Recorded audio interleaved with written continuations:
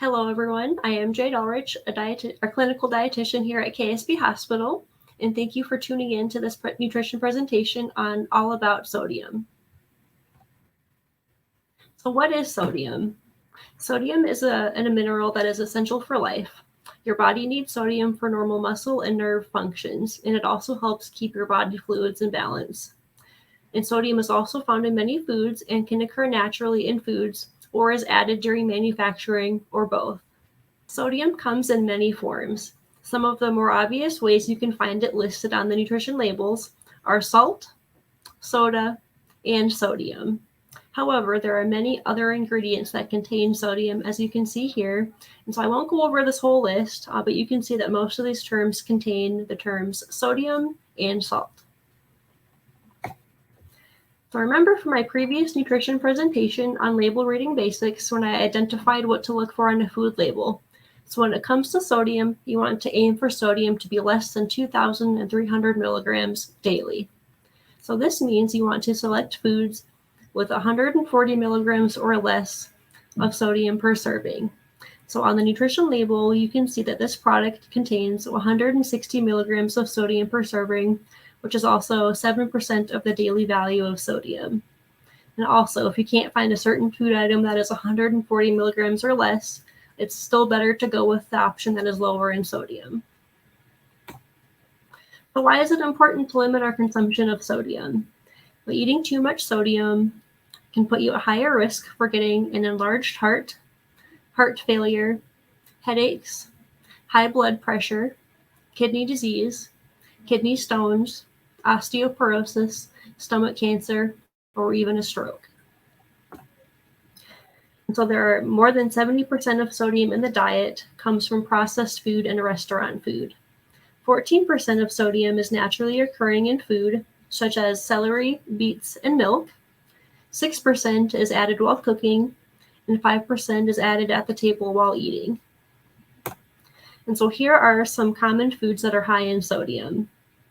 So you have seasoned and packaged rice and pasta mixes, cured meats such as bacon, ham, sausage, pepperoni, and hot dogs, frozen meals, canned vegetables, frozen vegetables with seasonings and sauces, sauerkraut, pickles, and other pickled vegetables, canned or dried soups, fries and onion rings, salted butter, American cheese, string cheese, shredded cheese, and even cottage cheese, and most condiments such as ketchup, barbecue, and Worcestershire sauces, soy sauce, relish, salsa, and olives, and of course there's chips and salted nuts. Why is there so much sodium in the food supply? Well, sodium plays many roles on their plate. So adding flavor to food is its most well-known function, but it's also used as a preservative to keep food safe. It also can be used to enhance a food's color or give it a firmer texture. And so one example is that sodium in the form of baking soda can be used to help bread and other baked goods rise. And so even though sodium plays a key role in many foods, often more salt is added than is necessary. So here are several tips for cutting back on sodium. So the first one is to just try to eat more fresh foods. So that would include fresh fruits and vegetables, since they are low in sodium, as well as frozen fruits and vegetables that have no added juices or sauces, as well as fresh meats are also lower in sodium than processed meats. And if you prefer canned vegetables, choose those labeled with no added salt. And then you can also add flavors to your food without adding sodium, such as trying lemon juice, lime juice, or even vinegar, trying fresh or dry herbs, or even buying sodium-free seasoning blends such as Mrs. Dash, and they have a variety of different flavors. And the biggest tip is to just compare food labels. So you want to look for packages that say salt-free, sodium-free, very low sodium, or low sodium, because these have less than 140 milligrams of sodium per serving.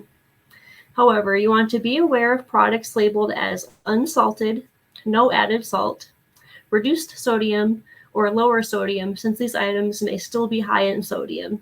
And remember, as I mentioned earlier, if you can't find a certain food item that is 140 milligrams or less of sodium per serving, it's still better to go with the option that is lower in sodium. So thank you so much for joining me for this presentation, and I hope you learned a little bit more about what sodium is, how it impacts your health, sources of sodium, and tips for cutting back on sodium. Thank you and have a good night.